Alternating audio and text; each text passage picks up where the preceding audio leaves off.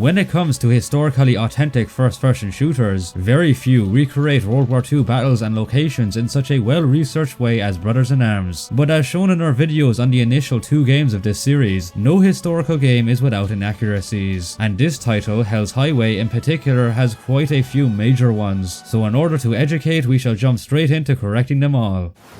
The game opens in 1931 with a young Matt Baker playing with a model of a C-47 Skytrain. This airplane did not come into existence until 1941, a decade after the scene setting. We are then brought to D-Day, June 6, 1944, during the parajumps into Normandy. We know that from the wiki, as well as the tactical view and extras of the previous Brothers in Arms games, that our characters during Operation Overlord are in the 3rd Squad, 3rd Platoon, Fox Company, 2nd Battalion, 502nd Parachute Infantry Regiment, 101st Airborne Division. Problem is, all airborne 3rd Squads in 1944 were motor squads and not rifle squads like shown in the game. The game states that it is 1:31 AM. The 2nd Battalion of the 502nd Regiment jumped at Drop Zone A over 40 minutes before this at 12:48 AM in reality. This and all other future cutscenes flashbacking to the first 2 games in Normandy reuse assets from this game's later Operation Market Garden setting. This means all soldiers are wearing incorrect M43 uniforms recolored to khaki in an attempt to represent the correct M42 uniform. This also means that they have American flags on their arms, which they wouldn't have in Normandy. All M1 helmets in the game do not have any sort of chin strap or even bales, aside from the occasional loose hanging A-frame, which also makes no sense without a chin strap. The troops are missing a number of gear items that they would definitely have at this initial jumping phase, including their leg bags, their famous yellow cavalry gloves, the M43 entrenching tools, the rubberized M7 gas mask bags, and the gas brassers that should be around their arms. Only some of them have helmet scrim, when these were worn by every 502nd 2nd Battalion troop in actuality.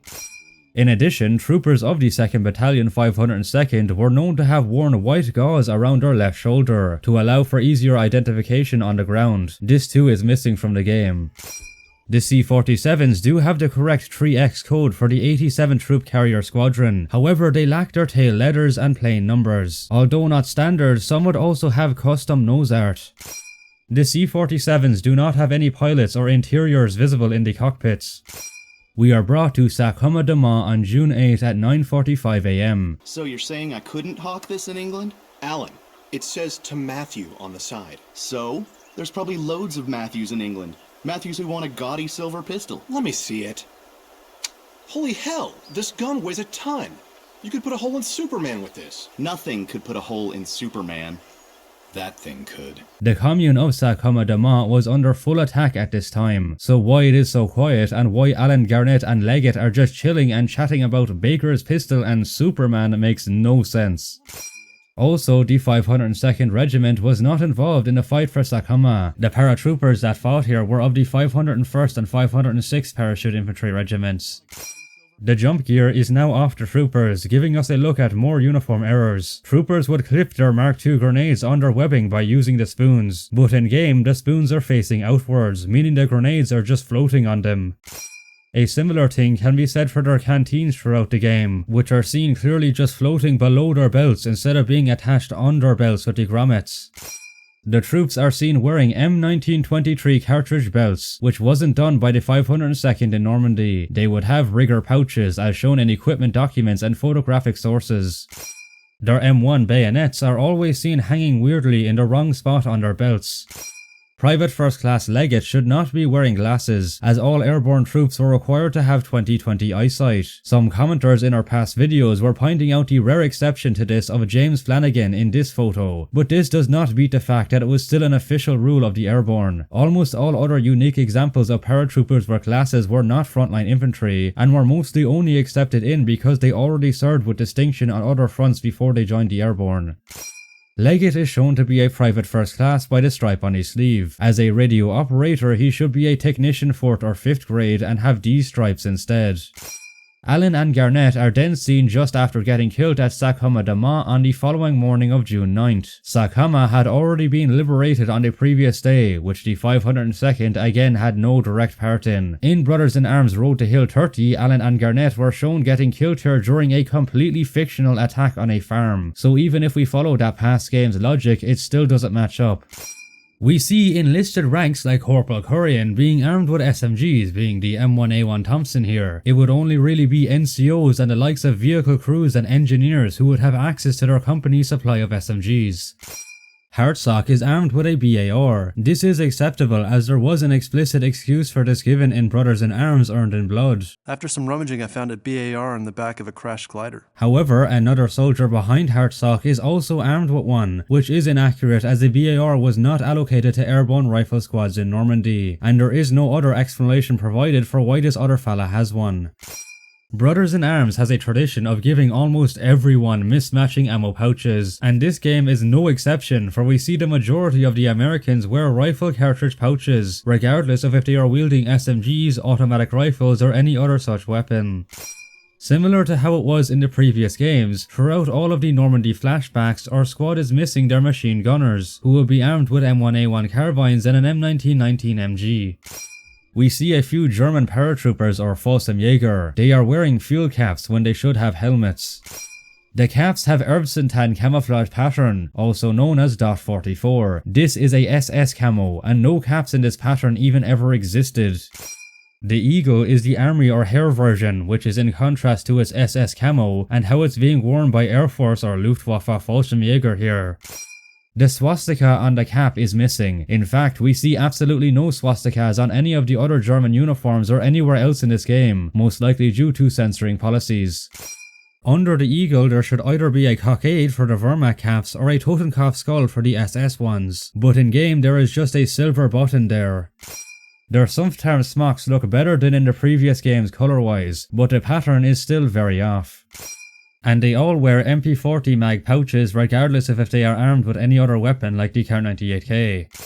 We are seen in the June 13th Battle of Hill 30. By the presented time of 2:47 PM, Allied reinforcements had already arrived and this battle was as good as over.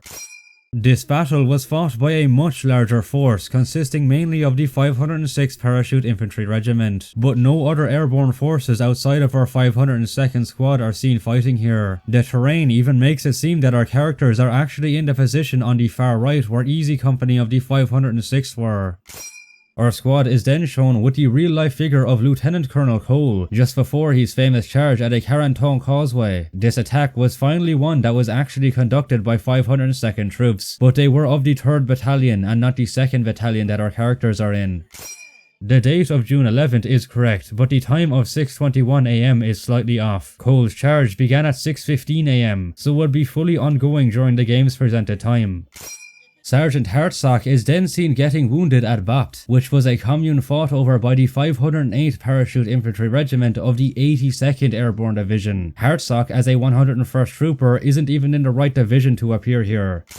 The shown date of June 15th is also incorrect. Bapt was already fully liberated on the day before, June 14th. Hartsock is seen wearing some sort of weird hybrid between a cartridge belt and a pistol belt. This thing never existed, but it is seen several times throughout this game. We see the tanks arriving at Hill 30 at 3:18 PM. In reality, the tanks of the 2nd Armoured Division had arrived here at 2 PM, over an hour before this. Baker is shown guiding the American armour to the enemies at Hill 30, for which he is credited highly for. Think you'll get all the credit again? Definitely. In reality, the tanks did not need guiding and found the 101st Defensive Lines on their own after being called in by HQ. The Browning machine gun that Baker is shooting doesn't have any ammo feeding into it. The enemies he is firing at are all the game's version of German army or Heer forces. None of these were present at this battle. It was Waffen SS of the 17th SS Panzer Grenadier Division and paratroopers of the 6th Fallschirmjäger Regiment that the Americans faced here. The reusing of assets from later missions of this game means that the Sherman tanks are the wrong model. They are misplaced British Sherman Fireflies. The depiction of the Fireflies design is also atrocious, but we will break that down in the later tank levels. For this scenario, they should just be regular American M4 Shermans. We are brought to a flash-forward sequence in September of 1944. This hospital in Eindhoven, Holland, which we will see more of later, is fictional. It does not show up in any maps or photographs, contemporary or modern, and is not mentioned in any sources. Thus, the entire sequence taking place there is also fictional. The developers must have picked up on the discrepancies of the first two games, where the unit Baker is a part of historically did not actually take part in many of the battles portrayed. Thus, for the market guarding setting in this game, we are now a part of the Divisional Reconnaissance Platoon. The whereabouts of this unit during Market Garden are much more vague and unknown, meaning the devs can shoehorn us into many more battles without it necessarily being clearly inaccurate. However, it's very unlikely that the Recon Platoon would be involved in so many pivotal fights of the 101st, and we actually do precise little reconnaissance at all in the game, constantly fighting at the very front of the battle as if we are spearheading infantry attacks. While their M43 uniforms look alright, all of the airborne have their jackets widely open, with some having rolled off sleeves and are missing their wool shirts underneath. Combat discipline demanded they be worn more tightly and always with shirts. The shirts they wear underneath their jackets are OD green t-shirts, where they should be wearing tank tops. Having apparently misunderstood when someone said he had a thick skull, Private First Class Dawson chooses to not once wear a helmet throughout this entire game. Many of the airborne soldiers are wearing M44 tanker goggles. The mint green M43 folding goggles would be a better substitute. We see that most of the troopers are still wearing the felt shoulder pads associated with the airborne. However, these were not used after the Normandy campaign. Like in Normandy, the 101st would still not have American flags sewn on their right sleeves during Market Garden. While some did this themselves, most would be wearing white armbands with the flags on them. All of the airborne are wearing Corcoran jump boots, when the M43 buckle boots should also be seen at this stage. The M3 grease gun's bolt is always stuck in the rear position, never moving when firing or empty. Almost all of the full auto guns in this game only eject every second or third round for some reason. The spent casings for all of the weapons are a plain black shade instead of the usual brass color. The firearms all have way too low bullet velocities, to the point that we can clearly see them travel through the air without tracers. This becomes very evident with the likes of the later rocket launchers and flak guns, which fire rounds which travel way too slowly. When reloading pretty much all of the game's magazine-fed weapons, Baker doesn't press the mag release button and just rips the mags out with brute force or uses the force to make them drop out. There are no proper partial reload animations for the guns in this game. Our character always performs an empty reload by cocking the weapons, which would be unnecessary to do when the gun is not empty, as it would just cause the chambered bullet to eject, but even this fails to occur. There are no rounds seen in the magazines or in the chamber of any of the game's mag-fed weapons, with the mags themselves being mostly just basic flat textures without any proper feed lips. The Colt M1911A1 is missing the firing pin. We get our first proper look at the German hair uniforms here. They are wearing M43 uniforms with noticeably exaggerated and badly done stitching, buttonholes that are too big, and shoulder straps that appear to have been modelled on the bottle green ones of the M36 tunic. We only see this one shade of M43 uniform worn by all of them. Although this uniform would be prevalent at this stage, we should still see a mix with the older M36, M40, M41, M42 and summer M42 HVT uniforms in different shades of Felgrau. All of these soldiers wear their tunics with open collars. Just like with the Americans, combat discipline would largely prevent this. The eagle runes above the tunic breast collars are the SS version instead of the hair ones. Their belts also have SS buckles instead of the hair version. The texturing they use for them is also too big for the buckles, as we see the bottom of the circle and the top of the eagle are chopped off. All of the Germans wear white straps, which were not actually completely universally worn like the game makes out. The white straps are also not modelled the best, for we see that they have just standard belt buckles instead of the proper ones with the hooks that connected to their ammo pouches.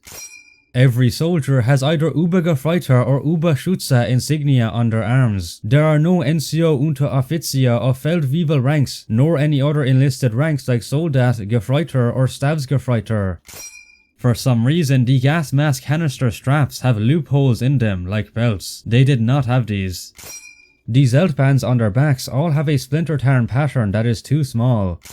The Stahlhelms are actually pretty well done. They have the insides rendered in, they do not have the outdated helmet decals that so many video games love to add, and the developers even went as far as to put the soldier's surname in the helmets, which German forces did write inside them in reality. Problem is that the surnames are mirrored in the wrong direction, and because there are only a couple models for the Stahlhelms in this game, it means that the troops only have one of two names in their helmets, so all the Germans we face are apparently from the same two families.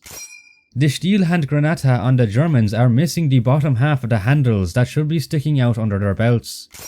All of the Germans carry, but for some reason never actually throw, the Model 24 Stielhandgranate as their only grenade in this game, which is in contrast to how the Model 39 Einhandgranate was actually the most produced German grenade of World War II. This game actually has an M39 grenade model in the multiplayer mode, but for whatever reason it wasn't added to the story mode.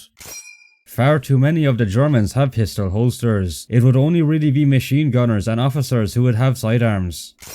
All Heer soldiers are wearing rifle ammunition pouches, regardless of if they are wielding MP40s or any other such weapon. Way too many of the Germans are armed with MP40s. Only NCOs, officers, and sometimes assistant squad leaders would carry these. Regular troops would be armed with standard Kar-98K rifles. The MP40 is depicted firing with a half reciprocating closed bolt, when it should be a fully reciprocating open bolt. Ich bin getroffen means I am hit, as in I have been hit with a bullet, not something you would yell when caught on fire. A character trait of Baker and a problem faced by many, including gamers, is tiredness. But luckily, Manta Sleep has sponsored this video to supply a remedy. Manta Sleep makes a wide selection of sleep masks, with them sending me their top of the line variant, the Sound Sleep Mask. These can comfortably fit any head with its breathable premium soft material and adjustable C-shaped eye cups that allow for sleep in any position. These masks block out all distractions, 100% blacking out all light and diminishing surrounding sounds. My favorite feature of this Sound Sleep Mask is that it has comfortable razor-thin inbuilt Bluetooth headphones with a 20-hour battery life, allowing you to listen to any music, podcasts, or a soothing nights-long compilation of Stuka Jericho trumpets. So if you're looking for the best sleep possible, then check out one of Manta Sleep's many perfectly tailored masks by heading to their website link below and using my code FROSTY to get 10% off. Now, back to the inaccuracies. We are brought back to the start of Operation Market Garden. Both the C-47s and Waco gliders we see in the cutscenes and the rest of the game still have full black and white invasion stripes on them. However, in June 1944, when the Allies established the first airstrips in Normandy, those stripes became easy targets for the German fighters and were thus mandated to be removed. From late June, all Allied aircraft would completely remove the invasion stripes or only have them on their undersides.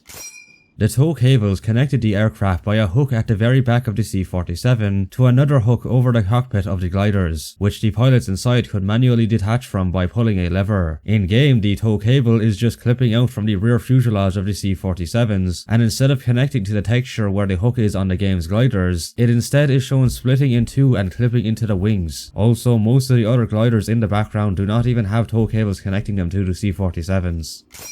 The Waco gliders lack their tail numeral markings, and like the C-47s, some of them would have custom art on their exteriors. Baker and another infantryman are seen in the cockpit piloting the glider. Gliders were flown by a pilot and co-pilot of the Army Air Force, who would have their own unit insignia and training. They were not flown by airborne infantry themselves. We are now glider-borne troops and not paratroopers anymore, yet all airborne models in-game, including other glider-borne we come across, still wear the M1936 Musette bag and felt shoulder pads worn only by paratroopers. We should be equipped with the M1928 haversacks. We are seen at the Ramsbury airfield in England. The layout of the base looks off. It did have two hangars, but they were of the T2 build with triangular roofs and not the rounded ones we see here. The runway and taxi lanes are all squished next to each other, in contrast with the much larger three interlocking runways that existed here in reality, and the base was located in a flatter area without these hills next to it. All of the C-47s have the squadron code of TO. None of the squadrons of the 437 troop carrier group that was stationed here had the code of TO. In fact, we could not find any Army Air Force squad that used this code in World War II, but if there is any, then let us know in the comments. The Americans are seen using British Bedford MWDs as their only truck throughout the game, likely being a reused asset from the British 30 Corps we go on to meet. They should be more appropriate American models like the CCWK trucks. All soldiers on this airfield can be seen walking around in their full combat gear already. They wouldn't be wearing all their webbing with ammo when on base. We begin to see some of the soldiers wearing Thompson ammo pouches, but just like with the rifle cartridge belts, the soldiers that wear them use guns that do not correspond. I am glad Gearbox provides variety with ammo pouches, but cannot understand why they just keep giving them to the wrong soldiers. Troopers carrying the 5-cell Thompson mag pouches always have them strapped vertically on their webbing. This was only really done by pathfinders in Normandy, and even they pretty much immediately switched it to their belt once in country due to how inconvenient this vertical wearing was. We wouldn't see them carrying them like this far into the European invasion. Some of the troopers carry M18 smoke grenades, but for whatever reason never actually used them in the game. The white on green body of the M18 smoke grenades also identifies them as the post-World War II version. Period M18s had yellow writing on a grey body. All of the jeeps are missing their unit markings that should be on the bumpers, as well as the vehicle numbers that should be displayed on the sides. Throughout the game, our jeeps also have no armaments on them at all. A recon platoon would absolutely have jeeps armed with machine guns when in enemy territory, most likely a combination of 30 cals and 50 cals. The instrument panel in the glider's cockpit is incorrect. The dials are completely static and there are only 4 of them instead of 5, with the light switches on the left side being missing. The interior is also wrong. The glider's inside incorporated a lot of wood, with the fabric on the inside being a lighter shade in the green exterior colour. In addition to his M1911A1 sidearm, the player character, Baker, almost always is by default armed with 2 primary weapons, being an M1 Garand and M1A1 Thompson here. This was done to give the player a more varied loadout to play with, but historically speaking, no sane soldier would carry 2 primary weapons like this into combat, as it would mostly just be extra dead weight from having to carry the second gun and its ammo. The iron sights of many of the guns are much bigger than their real-life counterparts, as especially apparent with the M1 Garand and Thompson. I understand that this was done to give the player a larger sight image, but it still looks very off, and is quite a far cry from the more realistic way Gearbox depicted the use of iron sights in the previous Brothers in Arms titles. The first-person models of some of the firearms look weirdly short and stubby, while the third-person models look fine. This is not a case of the game being made to be compatible with the old 4:3 screen aspect ratio either, for even when changed to this, a number of the weapons' proportions are still off. This also was a problem in the previous Brothers in Arms games, and seems to be some sort of strange artistic decision throughout the series.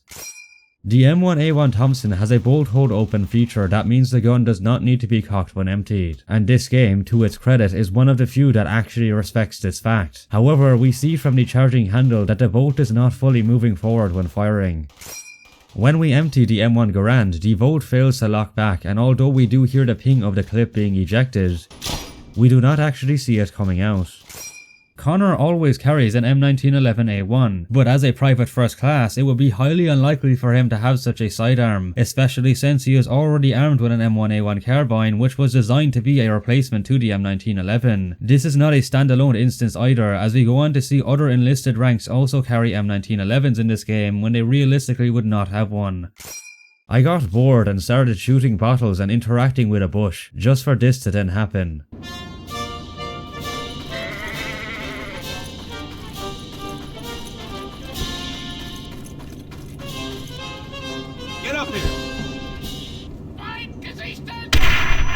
Now, we searched long and hard through many sources and found no evidence to support the existence of kamikaze sheep squads blowing up Germans. So either this is a Easter egg of the game, or a big cover-up from the reports. Hello, I am Nicholas and I will try to be of help. Here I have prepared a map. It is not a lot, but I managed to find some German positions. Quick, we haven't much time. Whoa, he speaks good English.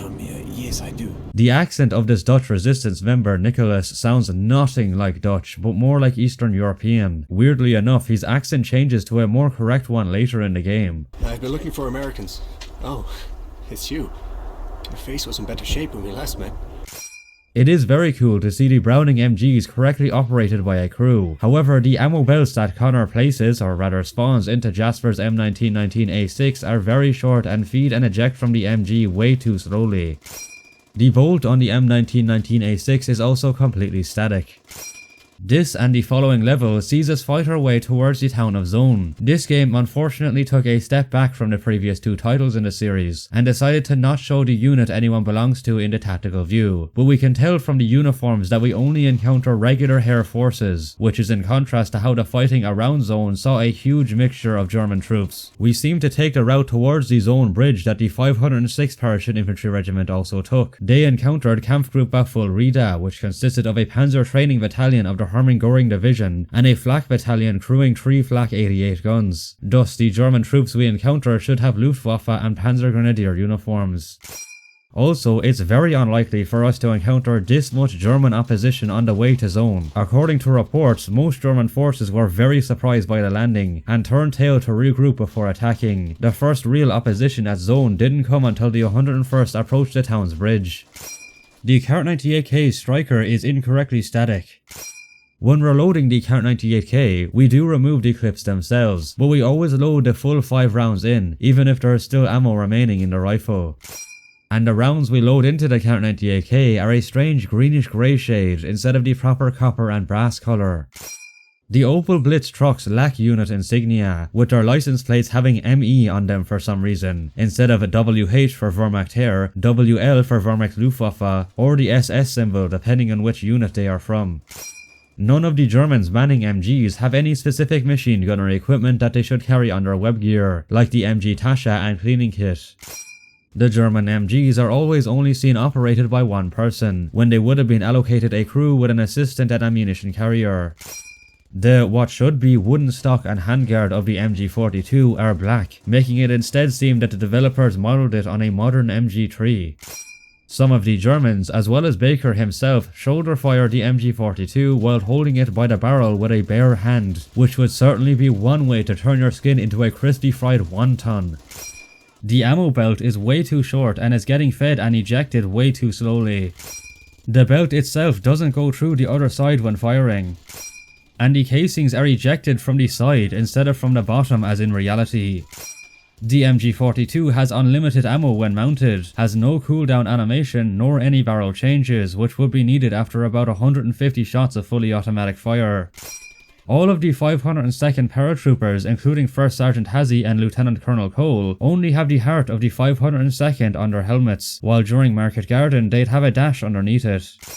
The Gewehr 43, which the game rather uniquely calls the K-43 for Karabiner, has a bolt that only reciprocates halfway back when fired and completely fails to lock back when empty. The attached ZF4 scope has a fine duplex reticle, rather than the German number 1 or similar number 4 reticle they actually used. The scope also shows a clear enlarged image of what is in front of it when not aiming directly down it, which would be impossible to see at the angle we are looking at it from. The Gewehr 43, even with the mounted scope, was both capable of magazine and clip feeding. However, during later years of the war, magazines got rarer and rarer. As a result, they opted for 5-round clips. Although magazines did still get used, it should be 2 mags and 2 to 5 clips per soldier instead of just only using mags like we do in game. The Gewehr 43 appears multiple times throughout this game as the only German scoped rifle. Out of the over 400,000 Gewehr 43s ever produced, about 50,000 of them were scoped variants, with the rest being in the standard infantry form without a scope. In game, we do not see any unscoped Gewehr 43s, nor any other more common snipers like the scoped Kar-98K. That bastard's been hitting us with 88 fire for a few minutes now. According to reports, the Flak 88s in Zone didn't start firing on the American airborne until they got within sight of the bridge. The fact that we're already under artillery fire now is therefore wrong. Who, sir? German commander named Auckland. They've been firing at the woods to get us in the open. He doesn't give a damn about the civilians, so you boys are gonna find that 88 and destroy it. There was no such Hauptmann Auckland commanding the Germans here. He is a completely fictional character. And there is no explanation provided for why the real-life figure of Colonel Robert F. Sink is depicted as even knowing about him. Jasper, bring out the bazooka! Jasper and Connor were just shown being our MG crew, so why are they now a bazooka team? Doctrine prescribed that units had a dedicated machine gun team and teams able to handle bazookas, but these would not be the same. What makes this inaccuracy worse is that Private Jasper just seems to switch between these weapons out of nowhere between missions, even if we're nowhere near our jeeps or a base. It's like he magically conjures the bazookas from his pockets Grand Theft Auto style. In some of the cutscenes, we see soldiers holding weapons without any magazines in them. They should always have their guns loaded when in the combat zone. Baker is now by default armed with an M1A1 carbine and a BAR. It is highly unlikely that a soldier would so suddenly change his weaponry like this. And where did he even get these guns from? He too apparently has access to Jasper's magical pockets, for we keep switching weapons between missions. When reloading the BAR, the bolt is not fully pulled back. German soldiers are seen dragging a young woman into a barn and subsequently hanging her. Besides there being no reports at all of this happening at this point in the battle, it also seems to purposefully vilify these German soldiers because there's no reason to give them this kind of cruelty in the game. Executions of Dutch civilians by the Germans sadly did happen, but much later during Market Garden and after it was over. The bazooka that Private Jasper carries is the M9A1. This variant was only just introduced on the front lines in September of 1944. Because Market Garden did get priority in supplies, it is possible Jasper would have received one. It is appropriately used by a crew, and the devs even included Connor attaching the wire from the box near the rear to prime the rocket upon reloading, which is a detail very rarely seen in video games. All of the AIs have the same detailed third-person reloads as Baker, which is quite unique to see for a game of this time. However, like most other shooter games, they have unlimited ammo. This would not really be worth pointing out if it wasn't for this fact also applying to the likes of the bazooka team, who just keep endlessly spawning in rockets to fire when they would have a very limited supply of them in reality. We begin to find way too many of the Germans wearing field caps. We even see some wearing no headgear at all. The vast majority should be wearing helmets. Some of the field caps they wear are the earlier seen ones with the SS.44 camo. It made no sense being worn by Folsom-Jaeger and equally makes no sense to be worn by Heer soldiers. We also start to see Heer soldiers with .44 SS helmet covers. Just like the caps, these never existed. All of the Flak 88s in-game are seen operated by Heer forces, which is outright wrong. They were instead manned by Luftwaffe ground forces of Flak battalions who had a distinct blue uniform. The Flak 88s are seen being operated by just 2 soldiers, when they would have been allocated a crew of up to 10. The lack of crewmen and appropriate animations sees the guns never being reloaded yet still somehow firing unlimitedly. Baker now enters the town's monastery on his own, the first of several sequences in this game where he nonsensically trods off on his own without any support from his men. A real reconnaissance soldier would absolutely never do this. Either way, according to reports, the German defense was situated around the canal and bridge. There are no mentions anywhere of Germans occupying this monastery and the airborne having to fight for it. What is up with all this luxury furniture in here? We find 4 grand pianos, 2 pool tables, and a bunch of fine art in this building. This is supposed to be a nunnery and girls' school. Are the nuns just hitting up some mad balls after mass? The half-tracks transporting the Flak 88s on their beds look like they are a weird mix of the flak-mounted version of the SDKSZ 8 and 9. Both of these heavy half-tracks were exceptionally rare and not used in this battle.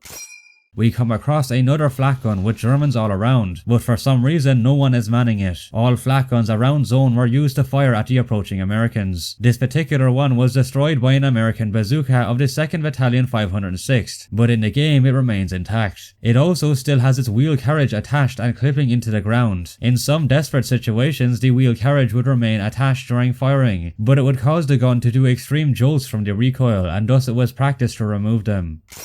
We are now in the street leading directly towards the zone bridge, which was the main approach of the 506th Parachute Infantry Regiment. Yet no other American troops are to be seen anywhere, not even in the distance. Then suddenly in the cutscene where we arrive at the bridge, there's Americans everywhere. Guess they were playing hide and seek or something. In all of these Dutch towns, we can see traffic signs showing bicycles. These signs, however, would only be put when there's a clear bike lane on the side of or next to the road, not randomly in regular streets. Our Dutch team member K-Nyne was sure to point this out to us. I killed 15, maybe 16 near the bridge! Not to mention that 88 on wheels! 6 didn't say it could move! What are you yapping about? Every flak gun is towable and therefore movable. Hartsock straight up saw a Flak 88 being towed by an SDKSZ 251 in Normandy 3 months ago.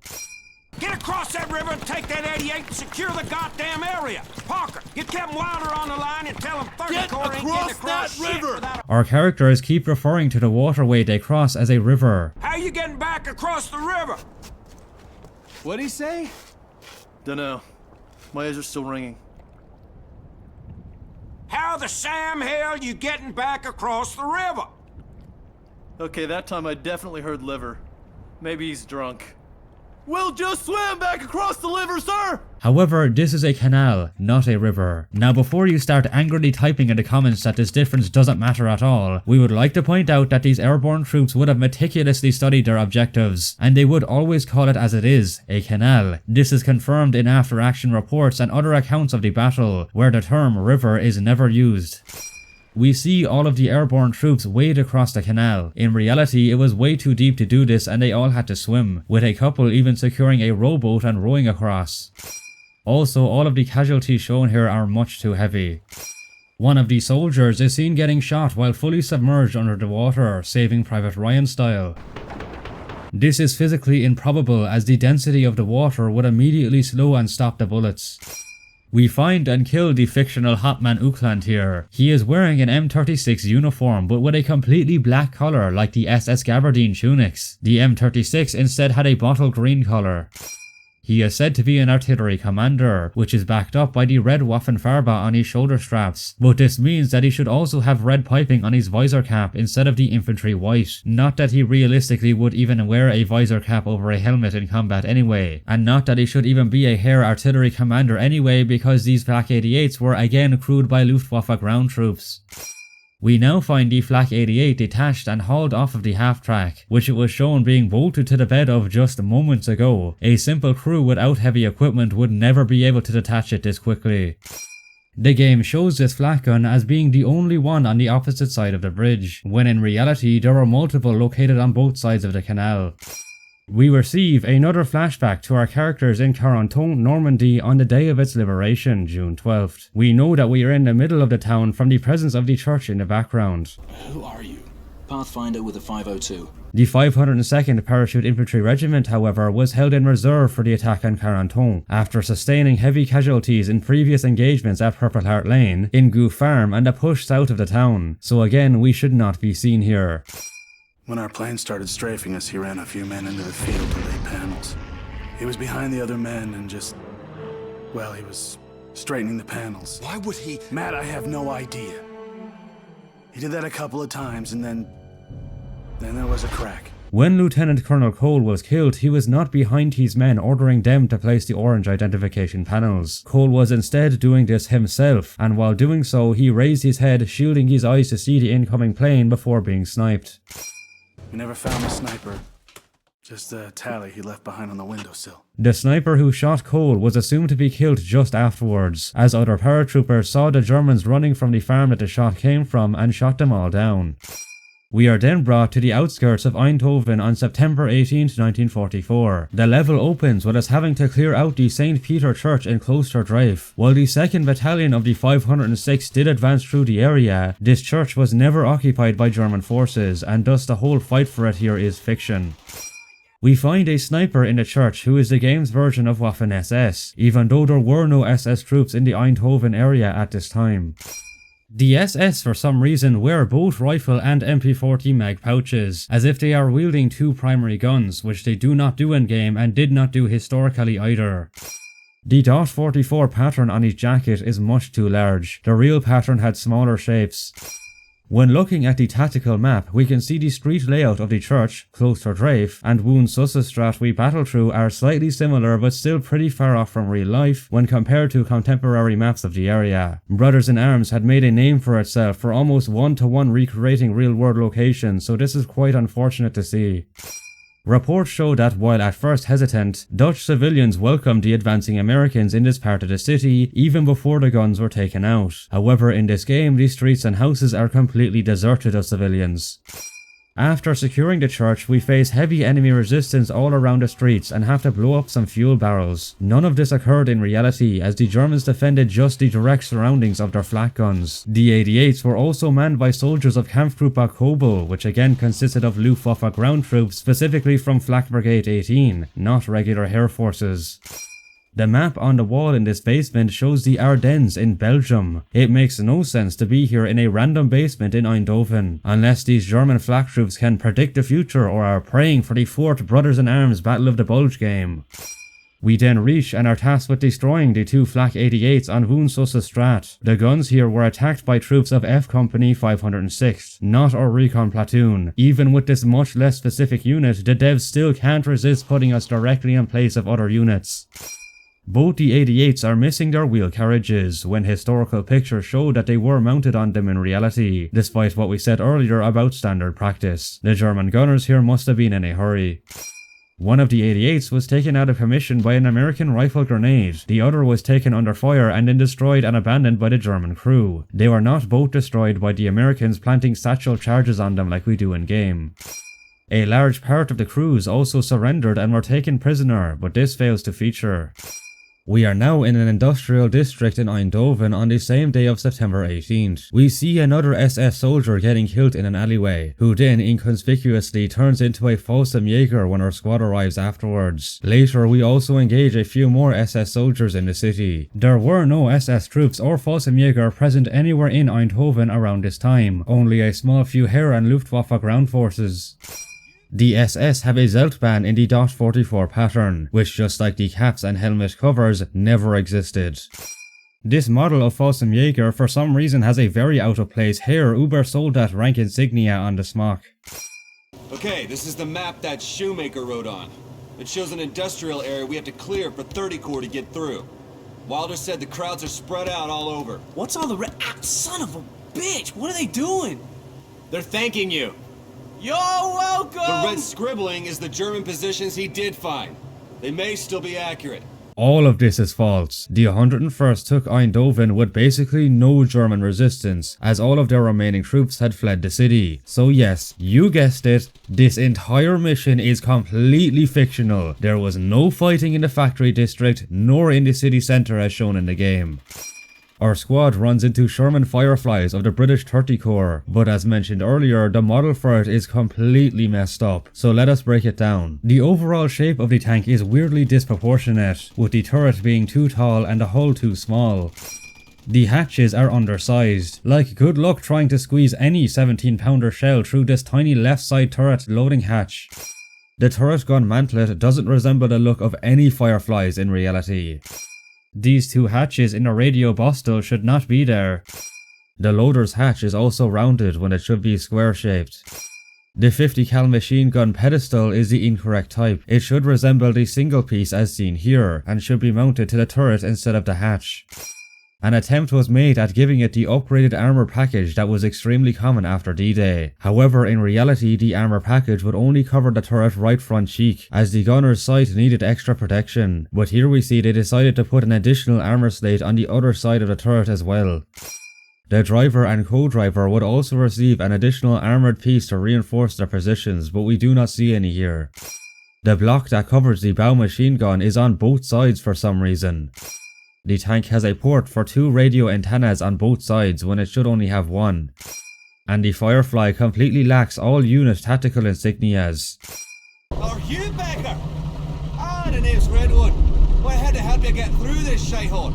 Perhaps making it a bit safer for me boys in the 30. What fun you leave a dog getting me killed? According to this game's wiki and IMFDB, Redwood is supposed to be Irish, but if so, then this is a terrible imitation. It is so bad that even the game has to provide subtitles to allow the player to understand his incoherent rambles. I am from Ireland, I can tell you right now that nobody talks like this here. Redwood isn't even an Irish name. What is even more ridiculous about this is that when Redwood reappears later, he suddenly changes to having a British accent that sounds nothing like the one beforehand. Just what I wanted, more targets to shoot! Move! I can't get a shot off! Redwood and all other Sherman Firefly commanders wear the Pattern 37 blouse, which they would have worn only earlier in the war. By this stage, they would be wearing overalls. Redwood is armed with an M1928 Thompson with the drum mag. This version of Thompson would be quite outdated by this point, and such a bulky weapon would not be used by a tank commander due to the cramped interiors of tanks. They'd have lighter weapons like Webley revolvers and Stens. You can take this to make sure I hop it away. Jesus, it's a right competitor you yanked on me. What? All variants of the Thompson, including the M1928, are very iconically American. This claim otherwise is just not true. Also, how is Baker going to carry all the ammo for the Thompson without appropriate pouches? And where is he going to resupply it, for we never see a quartermaster anywhere? Why is this guy even giving this gun to us? None of this makes any sense. The M1928's bolt only reciprocates halfway. The drum mag on the M1928 is reloaded by sliding it on and off from the sides, but in the game we just rip the spent mag straight down and shove in the new one straight up as if it is a stick mag. Unlike the M1A1 with the stick mags, the M1928 Thompson with the drum does not have a bolt hold open device, meaning the bolt needs to be manually pulled back when empty, but this fails to feature in game. Apparently these British tankers care much more about style over effectiveness, as we see them being led into battle by a Firefly popping a wheelie. When they start engaging the German flak guns, both sides become blind and endlessly keep missing each other for the multiple minutes it takes our squad to secure the factory. The Sherman Firefly appears as the only British tank in this game. In this mission we see 4 Fireflies fighting together. In reality, each British tank troop of 3 will be equipped with 1 Sherman Firefly, with the other 2 being shorter barreled 75mm Shermans, none of which we see in this game. The 30 Corps also use other vehicles like Cromwell tanks, but these 2 do not feature. An absurd amount of Panzerschrecks are used by the enemies in this level. The Panzerschreck was not even the most common German explosive launcher, as the Panzerfaust was much more prevalent, yet is never seen in this game. The Germans fire their Panzerschrecks directly at our infantry soldiers in the factory. This is not the intended purpose of this launcher. Also, the backblast and blast radius of the impacts would make firing them inside at such close ranges an extremely stupid idea. Everyone in the room should either be dead or concussed, including the Germans. The Panzerschreck is missing its rear sight, with our character aiming it by just shoving his face up against a blast shield. The reload does see us correctly connect the wire to the contact leads for electrical ignition of the rocket motor. However, the whole process is done as we hold the launcher vertically in front of us. Given that a Panzerschreck is 65 inches long while the average World War II soldier was 68 inches tall, reloading like this would require a box to stand on or the muzzle to be shoved into the ground. Panzerschrecks would have been allocated a crew with a dedicated loader to help overcome such issues. Throughout the game, we find American Paradrop supply crates with Mark IIs and bandoliers in them. Although they are there just to give a refill of ammo to the player, it is worth pointing out that they also refill German guns, despite using rounds different to American ones. In disguise, we see German Ju-87 Stukas dogfighting US P-47s. The Stuka was a dive bomber that specialized in ground attacks, not dogfighting. Also, German doctrine in 1944 called for Stukas to be exclusively used for night attacks. The models for these aircraft are quite lacking in detail and inaccurate. The P-47s are missing unit markings, with the cockpit just being a silver blob, while the Stukas have 2 small, incorrectly shaped cannons with there being 2 layers of windows over the cockpit for some reason. In fairness to the developers, they likely did not put much effort into these models, as these aircraft are hard to get a good look at due to them always being in motion above us. Therefore, we shall just group these modeling errors into one inaccuracy here. When we take control of the Firefly, all of the other armor disappears. Tanks would almost always operate in groups, usually accompanied with infantry soldiers, but there is no British infantry in this level at all. While the Sherman Firefly was capable of carrying 77 shells, design features of the tank meant only 23 shells were easily and readily available when the tank was in action. Because this is a video game, we fire the cannon endlessly though. A similar point can also be said for the 50 cal MG on the roof, which has a very short static ammo belt yet somehow fires endlessly without overheating or running out of ammo. There are starting to be way too many flak 88s used by the Germans. The 88's appearance in the previous levels made sense historically, but seeing 8 of them here all lined up on a single railroad track is rather ludicrous. There should also be more variation, with the 20mm flak 30-38, 37mm flak 18-36-37, as well as anti-tank guns like the Pak 40 and Pak 43. We see our squad parading in Eindhoven, but all of them are without their helmets. The Americans moving through the celebrations in Eindhoven were on the alert for German snipers and remaining soldiers in hiding. They were definitely very careful to keep their helmets on.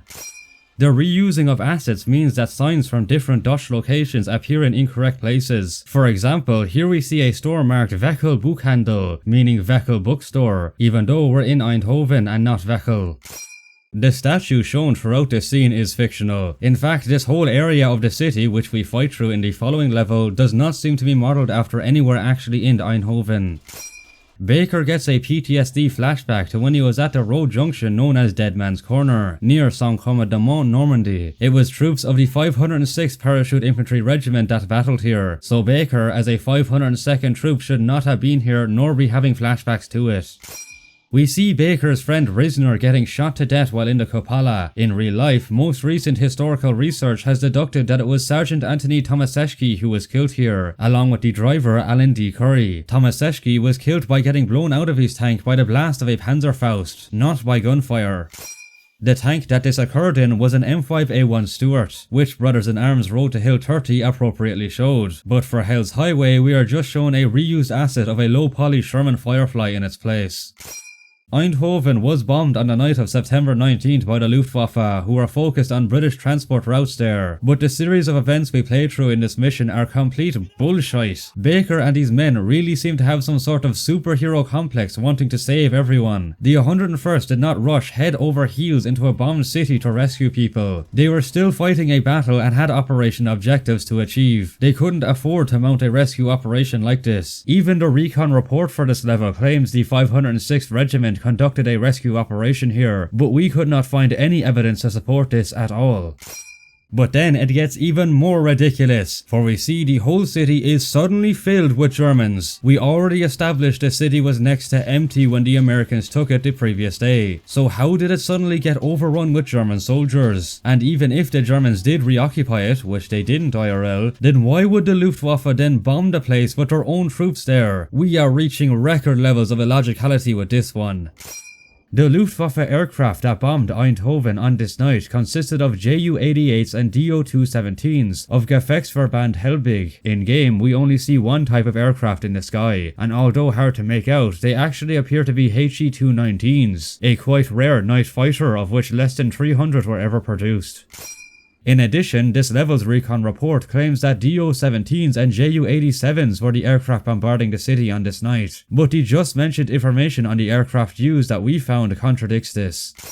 The bombings portrayed in this mission and the next also last much longer than the one in real life. The destruction and civilian casualties were high, but only 78 German aircraft were involved and the bombing didn't last for hours.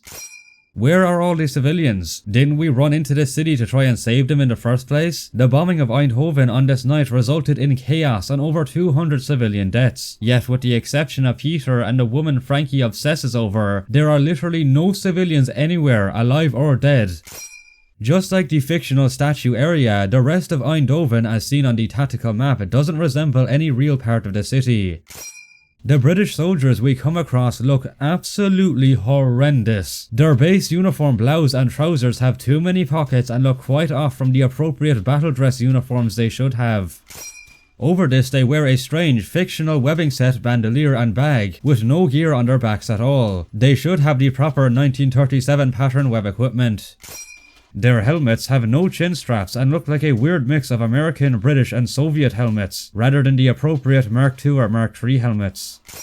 And they are all also carrying American weapons instead of their own firearms like Lee Enfield rifles, Bren LMGs and Sten SMGs.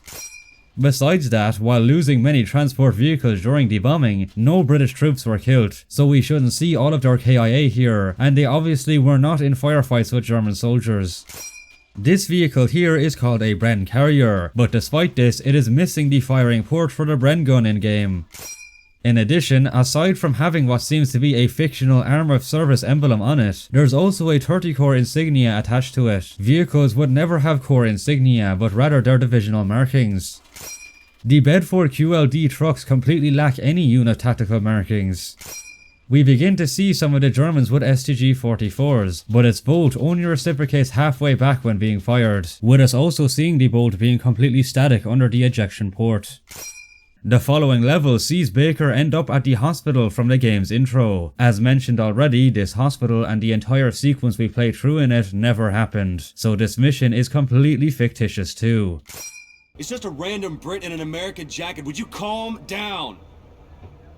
Does this look random to you? Why and how did this British soldier steal Frankie's jacket? Also, he is seen wearing the already incorrect American OD green t-shirt underneath it. Did he steal this too? British soldiers would only wear a service shirt underneath their jackets. We are brought to fight in the town of Veghel. The battle begins on the bridge on the west side of Veghel before we then fight our way through the town centre to the St. Lambertus church area. However, the first engagement between American and German troops here was on the east side of the town, as the centre was already in American hands. This whole sequence is taking place in the wrong location. German troops never made it to the centre of Veghel. Like basically every mission in this series so far, there were many more airborne units involved in this battle. This was, at this moment, the key point to hold on Hell's Highway, and was defended by multiple battalions and units from the 30 Corps. This is the first time we see Waffen-SS units deployed in large numbers in the game. This is most likely an attempt to represent Kampfgruppe Walter, that should mostly consist of Waffen-SS personnel originally from the 10th SS Panzer Division coming from Nijmegen. However, this battle group also contained other kinds of troops from different units, particularly Fossenjäger and regular Heer soldiers, thus the portrayal with only Waffen-SS personnel here is inaccurate.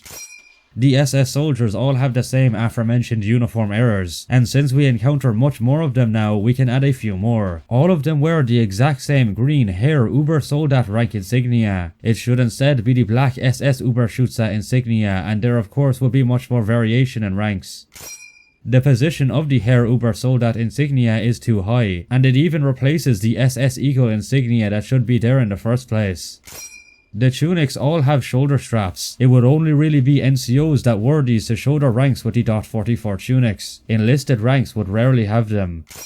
And every one of them wear leather jackboots when at this stage of the war low boots and gaiters would be more common. We come across a sign saying Runestraat, but this street doesn't exist anywhere in Veghel.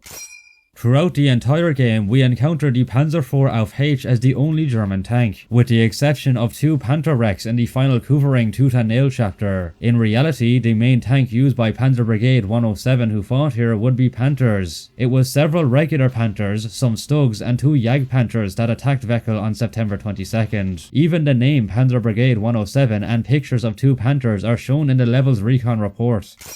The Panzer IVs are also weirdly disproportionate. The turret seems to be too small or the side skirts are too big, likely the latter. The Panzer IVs have the insignia of the 15th Panzer Division on them. This division fought exclusively in North Africa and ceased to exist after surrendering in Tunisia in May 1943. The Panzers only have MG42s on their roofs, when the MG34 will be more commonly mounted there. There is actually no proper appearance of the MG34 in this game, despite it still being a common MG at this stage. The Panzers also never use the roof or hull mounted MGs on us at all. They absolutely would use the MGs when encountering enemy foot soldiers like this. According to reports, the German armour was held off with American AT guns and the timely arrival of the 44th Royal Tank Regiment, not by infantry planting satchel charges on them or blowing them up with bazookas like in the game. The Panzer IVs are noticeably too strong, for they take numerous bazooka rockets to destroy. They even take at least 2 shots fired point blank from the Sherman Firefly, when its 17-pounder gun should be able to penetrate them easily in a single shot. In typical video game fanfare, when the tanks get destroyed, they are always seen completely exploding and turning into distorted charred wrecks. This did occur in reality in instances where the ammunition in a tank exploded. However, for the most part, their destruction should be less dramatic, with the majority of them suffering from brewing up from an ammo cook-off, but no explosion. We got separated from 30 Corps about an hour ago.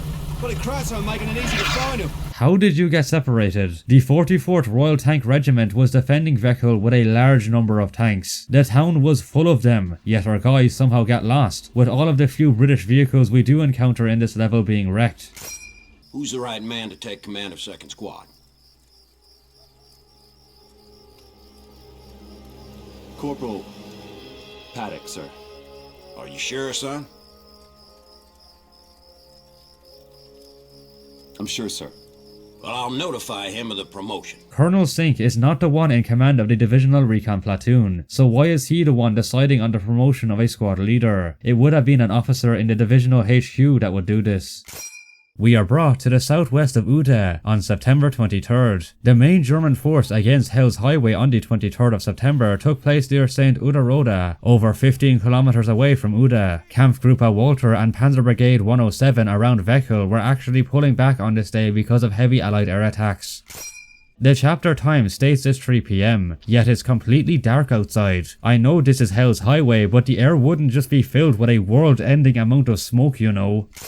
The main British force was defending their columns along this highway, yet apart from a few of their wrecked vehicles and corpses, there is an evident lack of still operating British vehicles, as well as surviving or wounded British soldiers who will be here along the way.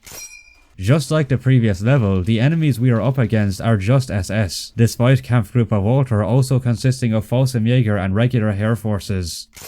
There are a couple of Flak 88s extremely close to the road, which would absolutely not have been able to be set up without an immediate barrage from dozens of tanks. Most of the damage done on Hell's Highway was from a longer range by mostly German tanks and assault guns.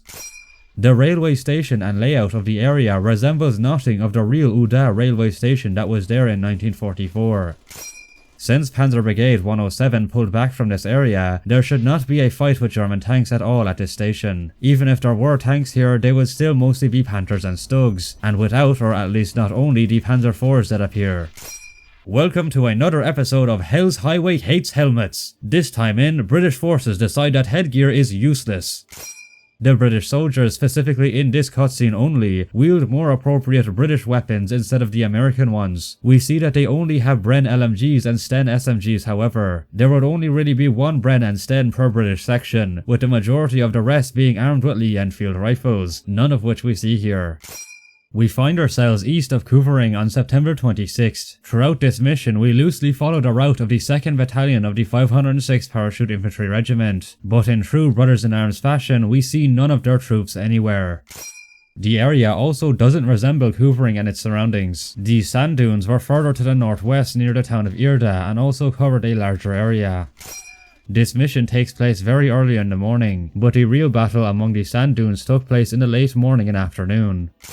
We encounter Fallschirmjäger in this level. They are likely meant to represent Fallschirmjäger Regiment 6, Kampfgruppe Jungwirth, or Kampfgruppe Huber that the 506th encountered here. They have several issues with their uniforms. Aside from the aforementioned ones mentioned in the game's intro, their Sumpftar smocks with the off pattern are also missing the Luftwaffe eagle on their chest. They only wear these Sumpftarn smocks when there should be more variation with Luftwaffe Splintertarn patterns and regular green non-camo ones. By this point in the war, regular camouflage smocks and trousers from other branches of the German military would also be seen. The Fallschirmjäger only have Luftwaffe Obergefreiter rank insignia on their collars, with no other ranks being present among them. They are wearing standard white straps when they should be the light ones worn by the Fallschirmjäger. They have SS belt buckles instead of Luftwaffe ones.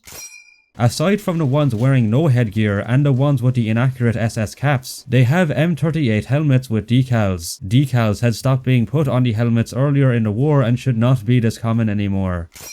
Their helmets are all in a plain black colour. Most of their helmets would be camouflaged with either covers or paint and other camouflage. At this stage, many Fallschirmjäger were also issued regular M40 or M42 helmets. We should see some of these for variation. This game really has something for these Flak 88s. As this was also a direct assault by the German Kampfgruppen, they certainly did not have the time to set up any of these heavy guns. This windmill was a pivotal landmark in this engagement. However, it was completely destroyed on September 25th, and this mission takes place on the 26th. We are on our lonesome in a Sherman Firefly again. Not like this was another incredibly important location and engagement along Hell's Highway again where several squadrons of tanks took part. Only at the end do we see some friendlies. There should be many more from the beginning of this sequence. At least 2 to 3 Jagdpanthers belonging to Panzerjäger Abteilung 559 were attached to Kampfgruppe Jungwirth during the assault at Kuvering, but we see none of them here in the game. We finally see some Panthers appear, except, oh, they're only wrecks as we mentioned earlier, and they're way too small. I've never heard of Dwarf Panthers, have you? The recon report for the mission refers to Kuvering as a city, when it is actually a very small hamlet consisting of a few houses and farms. In the second page of the same info, there's an image that shows and describes Panzer IVs existing in the Kuvering sector. However, according to Arhem, A Tragedy of Errors by Peter Harkelode, the location of that image is near Uden, about 10 kilometers northeast of the Kuvering area. Doc Gideon is wearing his trousers and an accurate t-shirt instead of a proper US Army doctor or medic uniform. He would certainly do so when tending to the wounded. And so we are left with over 270 historical inaccuracies. For more, click on this video covering the original Brothers-in-Arms Road to Hill 30, or this one on the second title, Earned in Blood. Massive thanks to our other researchers K-Nyne, Davidson, FeReise and Michael Akkerman for their integral work in making this video possible. And of course, thank you for watching. This has been the Frosty One, out.